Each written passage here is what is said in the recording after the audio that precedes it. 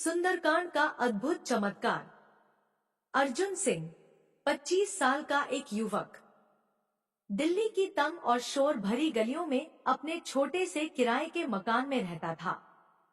उसका कमरा इतना तंग था कि एक पुराना पलंग, एक टूटी सी मेज और कुछ बिखरे हुए कपड़ों के अलावा कुछ और रखने की जगह नहीं थी।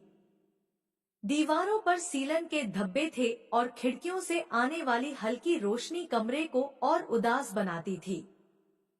अर्जुन की जिंदगी भी उस कमरे की तरह थी, सीमित, उदास और बिना किसी रोशनी के। तभी अर्जुन का जीवन सपनों से भरा था। वह हरियाणा के एक छोटे से गांव सूरजपुर का रहने वाला था, जहां उसके माता पिता खेती करते थे। बचपन में वह अपने गांव के स्कूल में सबसे होशियार छात्र था। शिक्षकों का कहना था कि अर्जुन एक दिन बड़ा इंजीनियर बनेगा और अपने परिवार का नाम रोशन करेगा। उसकी मां सुमित्रा देवी हर रात उसे कहानियां सुनाती थी। हनुमान जी की वीरता, रामायण की गाथाएं और यह कि मेहनत और भक्ति से कोई भी मंजिल पाई जा सकती है। अर्जुन ने इन्हीं कहानियों से प्रेरणा ली और इंजीनियरिंग कॉलेज में दाखिला लिया। लेकिन कॉलेज के बाद की जिंदगी ने उसके सारे सपनों को तोड़ दिया। 4 साल पहले उसने अपनी डिग्री पूरी की, लेकिन नौकरी की तलाश में बार बार असफलता ने उसे तोड़कर रख दिया। वह दर्जनों इंटरव्यू देने गया, लेकिन हर बार उसे या तो रिजेक्शन मिला या कोई जवाब ही नहीं। उसकी डिग्री एक बेकार कागज का टुकड़ा बनकर रह गई। परिवार की आर्थिक तंगी ने हालात और बदतर कर दी थी। उसके पिता धर्मपाल की तबीयत खराब रहने लगी थी और खेतों से होने वाली कमाई दवाइयों में खर्च हो रही थी। अर्जुन की छोटी बहन मीरा कॉलेज जाना चाहती थी, लेकिन परिवार के पास पैसे नहीं थे। अर्जुन का निजी जीवन भी बिखर चुका था। उसकी गर्लफ्रेंड काव्या, जिसके साथ वह कॉलेज के दिनों में रिलेशनशिप में था, उसे छोड़कर चली गई थी। काव्या का कहना था, अर्जुन मैं तुमसे प्यार करती हूँ, लेकिन मैं एक ऐसी जिंदगी नहीं जी सकती जहाँ हर दिन सिर्फ संघर्ष हो। अर्जुन ने उसे रोकने की कोशिश की, लेकिन काव्या ने उसका फोन नंबर तक ब्लॉक कर दिया। उस रात अर्जुन अपने कमरे में अकेला बैठा रोया था। उसे लगा कि उसने सब कुछ खो दिया, अपने सपने, अपनी प्रेमिका और सबसे जरूरी खुद पर भरोसा। अब अर्जुन की जिंदगी एक रस्म बन चुकी थी। सुबह वह उठता, ऑनलाइन जॉब पोर्टल्स पर आवेदन करता और फिर बिना किसी उम्मीद के इंटरव्यू के लिए निकल पड़ता। रात को वह अपने कमरे में लौटता, जहां खामोशी और अंधेरा उसका इंतजार करते। वह नींद की गोलियां खाकर सोता, लेकिन सपनों में भी उसे अपनी असफलताएं ही दिखती।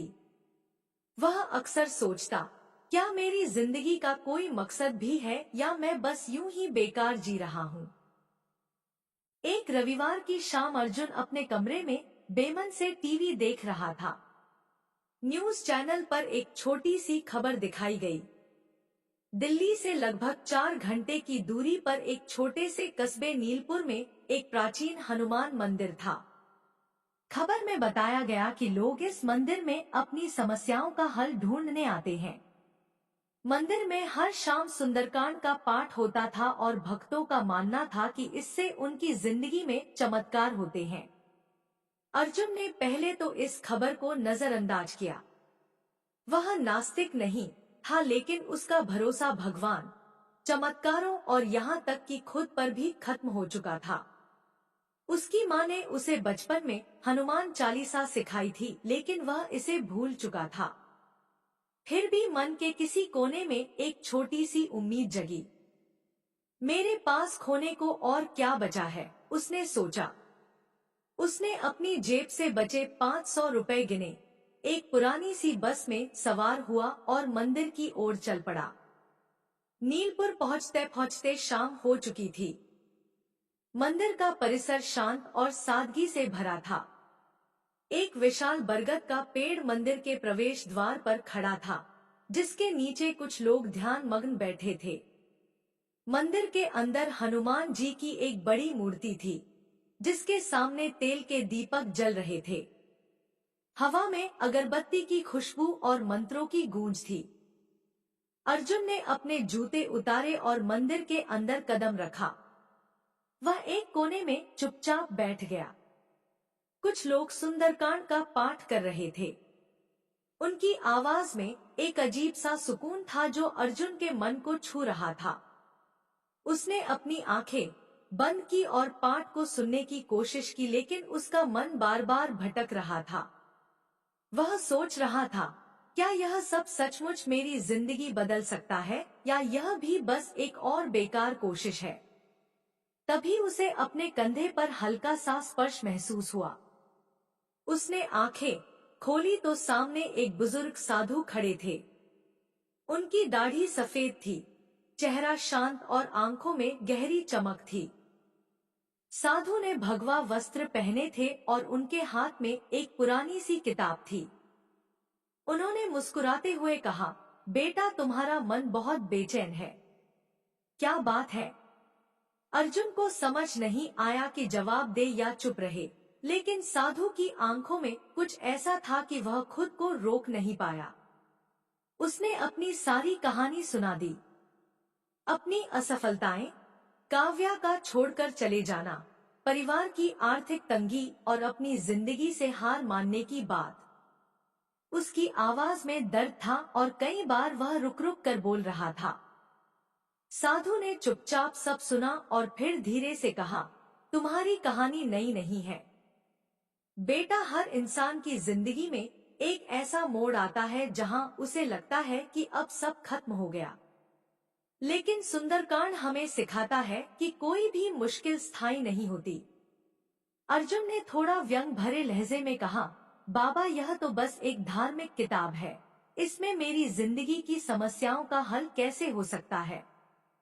साधु ने हल्के से हंसते हुए कहा, सुंदरकांड कोई साधारण किताब नहीं है, यह एक जीवन दर्शन है। हनुमान जी की भक्ति, उनकी निष्ठा और उनके साहस की कहानी है। अगर तुम इसे समझ सको तो तुम्हारी हर समस्या का जवाब इसमें मिलेगा। क्या तुम तैयार हो इसे समझने के लिए? अर्जुन को साधु की बातों में कुछ तो ऐसा लगा जो उसे अंदर तक छू गया। उसने हामी भरी। साधु ने कहा, कल सुबह फिर आना, हम साथ में सुंदरकांड का पाठ करेंगे और मैं तुम्हें बताऊंगा कि इसमें तुम्हारी जिंदगी के सवालों के जवाब कैसे छिपे हैं। अगली सुबह अर्जुन फिर मंदिर पहुंचा। सूरज अभी पूरी तरह से निकला नहीं था और मंदिर का परिसर सुबह की ठंडी हवा से भरा था। साधु उसे मंदिर के पीछे एक छोटे से बगीचे में ले गए, जहां एक तुलसी का पौधा था। बगीचे में एक छोटा सा तालाब भी था जिसमें कमल के फूल तैर रहे थे। साधु ने अपनी पुरानी किताब खोली और सुंदरकांड का पाठ शुरू किया। उनकी आवाज में एक जादू था। पाठ के बाद साधु ने कहा, आज हम सुंदरकांड की शुरुआत से सीखेंगे। जब हनुमान जी को लंका जाने का आदेश मिला तो उनके सामने एक असंभव सा काम था। समुद्र को लांघना, राक्षसों से भरी लंका में घुसना और सीता माता को ढूंढना। लेकिन हनुमान जी ने हार नहीं मानी। क्या तुम जानते हो क्यों? अर्जुन ने कहा, क्योंकि वह भगवान राम के भक्त थे। साधु ने मुस्कुराते हुए कहा, हाँ, लेकिन उससे भी ज्यादा उनके पास आत्मविश्वास था। उन्होंने अपने आप पर भरोसा किया। जब जामवंत ने उन्हें उनकी शक्तियों की याद दिलाई तो हनुमान जी ने अपने अंदर की ताकत को पहचाना। सुंदरकांड का पहला सबक है, अपने आप पर भरोसा करो। तुमने अपने आत्मविश्वास को खो दिया है। अर्जुन, जब तक तुम खुद को कमजोर समझोगे, तुम्हारी समस्याएं तुम्हें और कमजोर करती रहेंगी। अर्जुन ने कहा, बाबा लेकिन मुझ में ऐसा क्या है जिस पर मुझे भरोसा करना चाहिए? मैं तो हर बार हार जाता हूँ। साधु ने कहा, हर इंसान में एक हनुमान बैठा है बेटा, तुम्हें बस उसे जगाना है। तुमने अपनी पढ़ाई पूरी की, अपने परिवार के लिए मेहनत की और इतनी मुश्किलों के बावजूद हार नहीं मानी। यह सब तुम्हारी ताकत है। साधु ने अर्जुन को एक छोटा सा काम दिया। आज रात तुम अपने जीवन की 5 ऐसी चीजें लिखो जिन पर तुम्हें गर्व है, चाहे वह कितनी भी छोटी क्यों न हो, और कल मुझे बताओ। अर्जुन को यह काम बेतुका लगा, लेकिन साधु की बातों में एक विश्वास था जिसने उसे हामी भरने पर मजबूर कर दिया। उस रात वह अपने कमरे में बैठा और सोचने लगा। पहले तो उसे कुछ समझ नहीं आया। उसका मन बार बार उसकी असफलताओं की ओर भटक रहा था, लेकिन धीरे धीरे उसे कुछ बातें याद आई। उसने एक पुरानी डायरी निकाली और लिखा, 1, मैंने अपनी जिंदगी की पढ़ाई अपने दम पर पूरी की, भले ही परिवार की आर्थिक हालत खराब थी। 2, मैंने कॉलेज में अपने एक दोस्त आदित्य की मदद की थी जब वह डिप्रेशन से जूझ रहा था। 3, मैंने अपने गांव के स्कूल में बच्चों को मुफ्त में पढ़ाया था जब मैं कॉलेज में था। 4, मैंने काव्या के साथ अपने रिश्ते में हमेशा ईमानदारी रखी, भले ही वह टूट गया। 5, मैं हर बार असफल होने के बाद भी कोशिश करता रहा। यह लिखते वक्त अर्जुन को अजीब सा सुकून मिला। उसे लगा कि शायद वह उतना नाकारा नहीं है जितना वह खुद को समझता था। अगले दिन उसने साधु को यह बातें बताई। साधु ने मुस्कुराते हुए कहा, देखा बेटा, तुम में ताकत है, बस तुम उसे भूल गए हो। हनुमान जी ने भी अपनी शक्तियों को तब याद किया जब जामवंत ने उन्हें प्रेरित किया। तुम्हारा जामवंत तुम्हारा मन है, उसे जगाओ। अगले कुछ दिन अब वह रोज मंदिर जाता और साधु के साथ सुंदरकांड का पाठ करता। हर दिन साधु उसे एक नया सबक सिखाते। एक दिन जब वे उस हिस्से पर पहुंचे जहां हनुमान जी समुद्र को लांघते हैं, साधु ने कहा, अब हनुमान जी के सामने समुद्र जैसी विशाल बाधा थी। उनके साथी वानरों को लगता था कि यह असंभव है, लेकिन हनुमान जी ने न सिर्फ समुद्र को लांघा बल्कि अपनी ताकत से सभी को चकित कर दिया। सुंदरकांड का दूसरा सबक है साहस। साहस का मतलब यह नहीं कि तुम डर को खत्म कर दो, बल्कि यह कि तुम डर के साथ आगे बढ़ो। अर्जुन ने पूछा, लेकिन बाबा साहस लाऊं कहां से? मैं तो हर बार कोशिश करता हूँ और हर बार हार जाता हूँ। साधु ने कहा, साहस बाहर से नहीं आता बेटा, वो तुम्हारे अंदर पहले से है।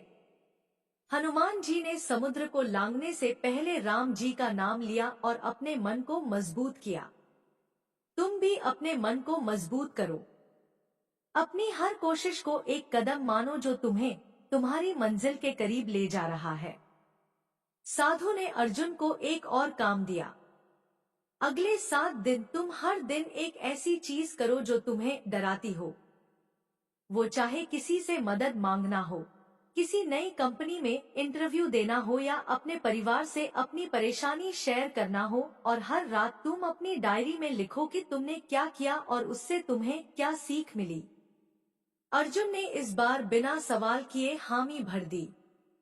अगले दिन उसने एक कंपनी में इंटरव्यू के लिए अप्लाई किया जिसे वह पहले इसलिए टाल रहा था क्योंकि उसे लगता था कि वह उनके लायक नहीं है।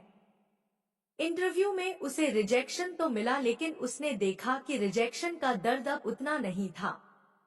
उसने अपने पिता को फोन किया और अपनी परेशानियां शेयर की जो उसने पहले कभी नहीं किया था।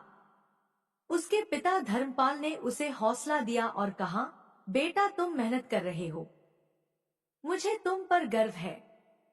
अर्जुन को अपने पिता की यह बात सुनकर पहली बार लगा कि वह अकेला नहीं है।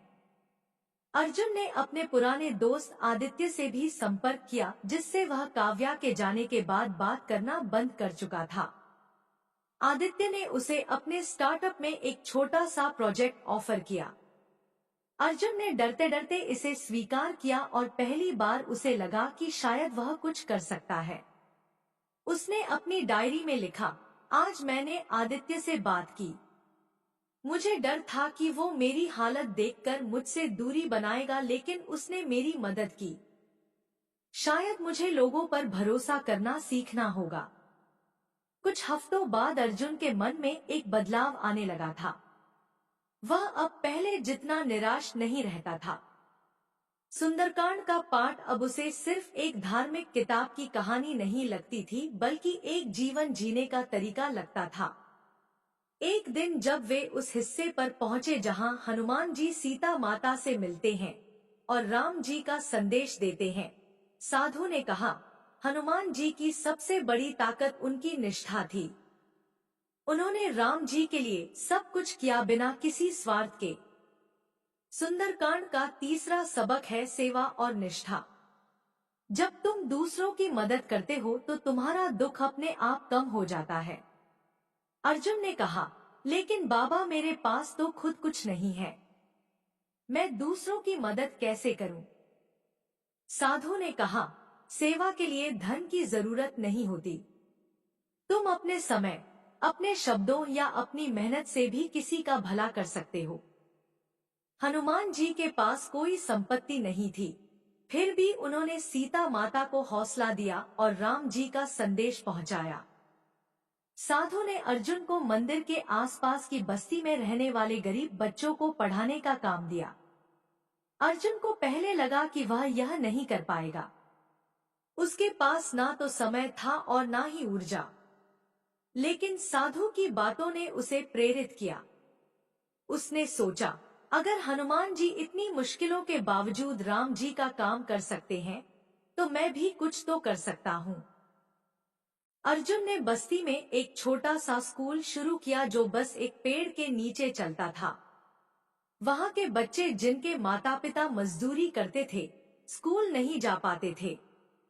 अर्जुन ने उन्हें बुनियादी पढ़ाई, हिंदी, गणित और कुछ अंग्रेजी सिखाना शुरू किया। पहले दिन सिर्फ 3 बच्चे आए, लेकिन धीरे धीरे संख्या बढ़ने लगी।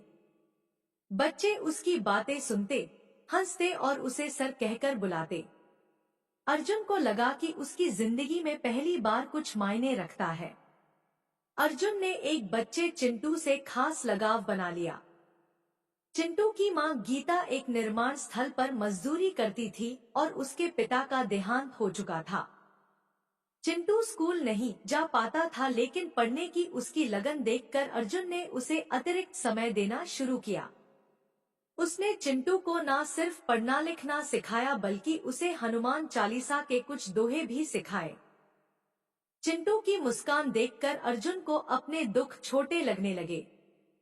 उसने अपनी डायरी में लिखा, आज चिंटू ने पहली बार जय हनुमान लिखा। उसकी खुशी देखकर मुझे लगा कि मैं कुछ तो सही कर रहा हूँ। एक दिन जब अर्जुन मंदिर में साधु के साथ पाठ कर रहा था, तो वे उस हिस्से पर पहुंचे जहां हनुमान जी लंका में संकटों का सामना करते हैं। राक्षसों की सेना, लंकिनी और फिर रावण के दरबार में। साधु ने कहा, अर्जुन, हनुमान जी को संकट मोचन क्यों कहा जाता है? क्योंकि वे हर संकट में अपने भक्तों की रक्षा करते हैं। लेकिन इसका मतलब यह नहीं कि संकट आएंगे ही नहीं। सुंदरकांड का चौथा सबक है, संकट को स्वीकार करो और हनुमान जी से उनका सामना करने की शक्ति मांगो। अर्जुन ने कहा, बाबा मेरी जिंदगी तो संकटों से भरी है। नौकरी का ठिकाना नहीं, परिवार की जिम्मेदारी है और मन में हमेशा डर रहता है कि मैं फिर से हार जाऊंगा। मैं इनका सामना कैसे करूं? साधु ने कहा, हनुमान जी ने हर संकट में राम जी का नाम लिया। तुम भी अपने मन में एक विश्वास रखो, वो विश्वास तुम्हें शक्ति देगा। जब हनुमान जी रावण के दरबार में गए तो उन्होंने ना डर दिखाया और ना ही गुस्सा। उन्होंने अपनी बुद्धि और भक्ति से रावण को जवाब दिया। तुम भी अपने संकटों का सामना बुद्धि और धैर्य से करो। साधु ने अर्जुन को एक छोटा सा मंत्र दिया, जय हनुमान ज्ञान गुण सागर।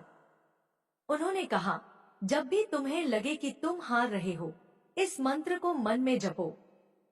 यह तुम्हें याद दिलाएगा कि तुम अकेले नहीं हो। अर्जुन ने उस दिन से हर सुबह और रात को इस मंत्र का जाप शुरू किया।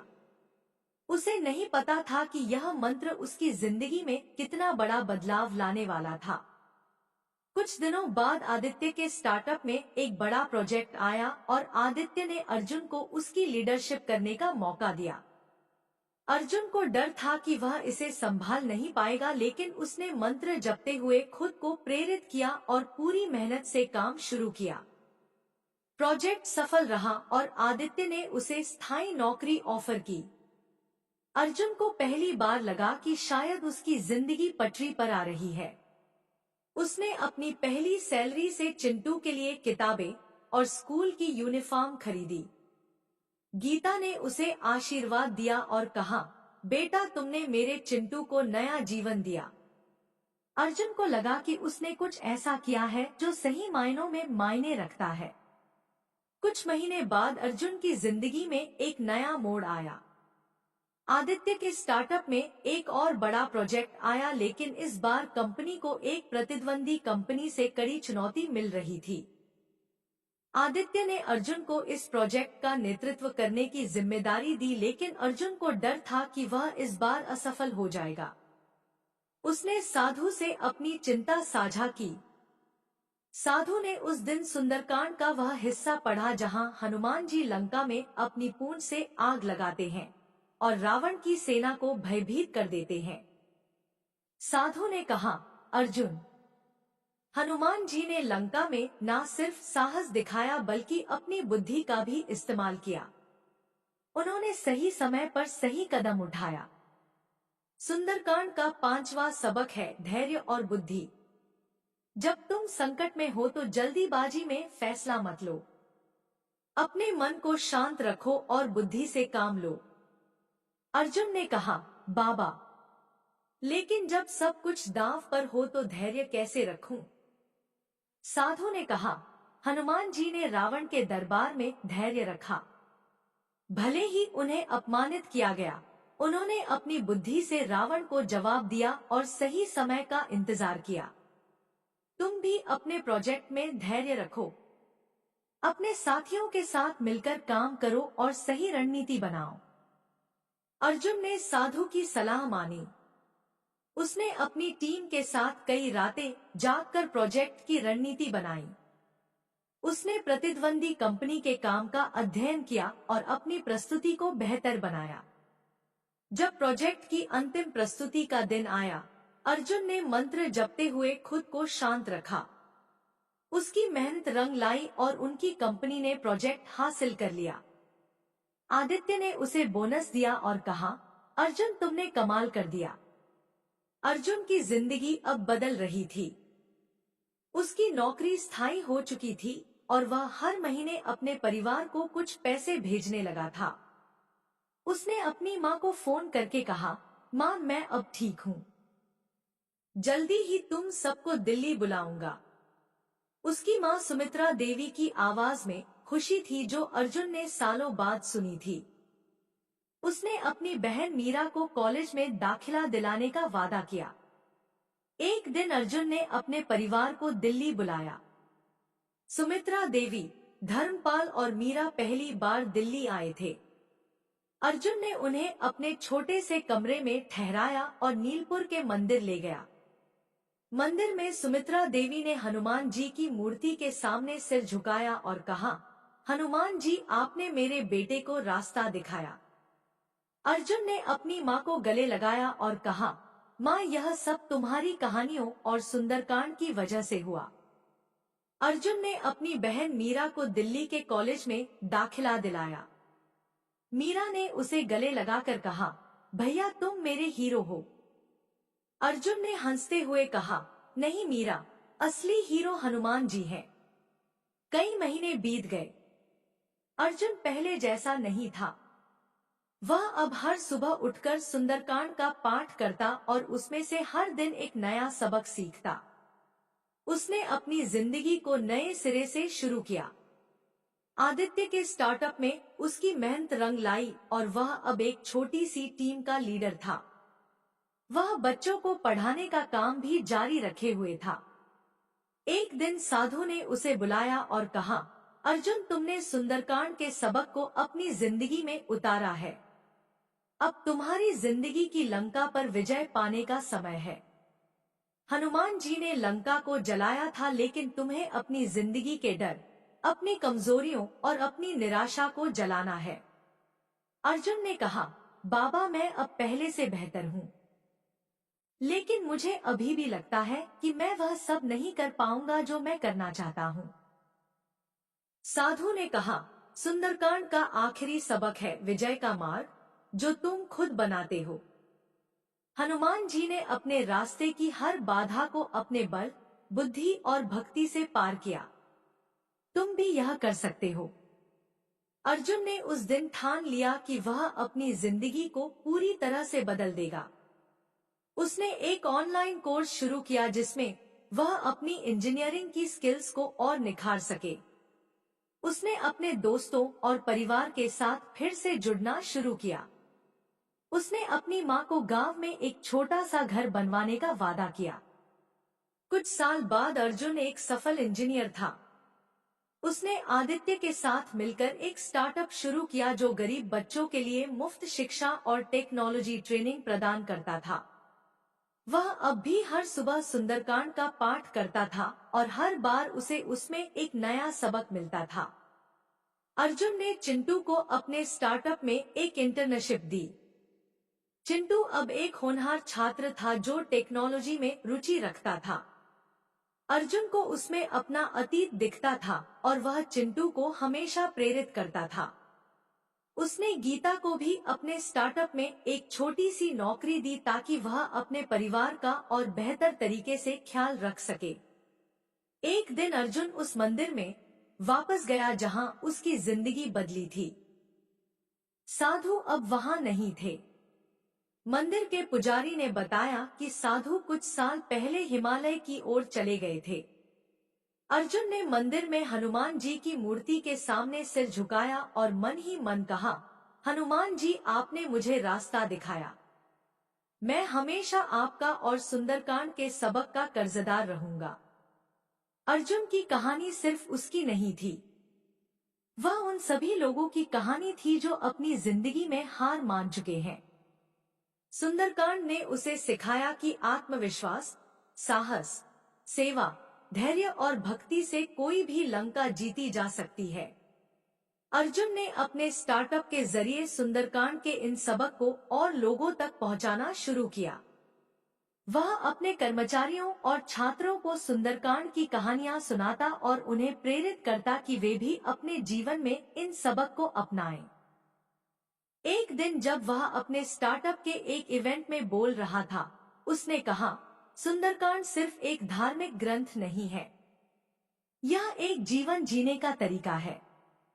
हनुमान जी ने हमें सिखाया कि कोई भी बाधा इतनी बड़ी नहीं कि उसे पार ना किया जा सके। बस जरूरत है अपने आप पर भरोसा करने की, साहस दिखाने की और दूसरों की मदद करने की।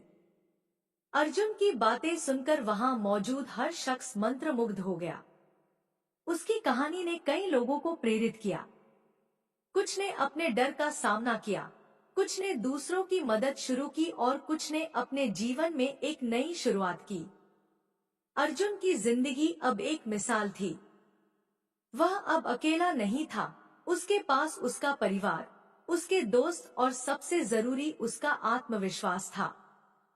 सुंदरकांड ने उसे न सिर्फ उसकी जिंदगी का मकसद दिया बल्कि उसे एक ऐसा रास्ता दिखाया जिस पर चलकर वह दूसरों की जिंदगी भी बदल सकता था। श्रोताओं, आशा है आपको यह कहानी पसंद आई होगी और आपने इससे कुछ प्रेरणा जरूर ली होगी। आपको यह कहानी कैसी लगी हमें कमेंट करके बताएं। कहानी अगर पसंद आई हो तो वीडियो को लाइक करके कमेंट में जय श्री राम जरूर लिखें। और अगर चैनल पर अगर पहली बार आए हैं तो चैनल को सब्सक्राइब जरूर करें। जय श्री राम।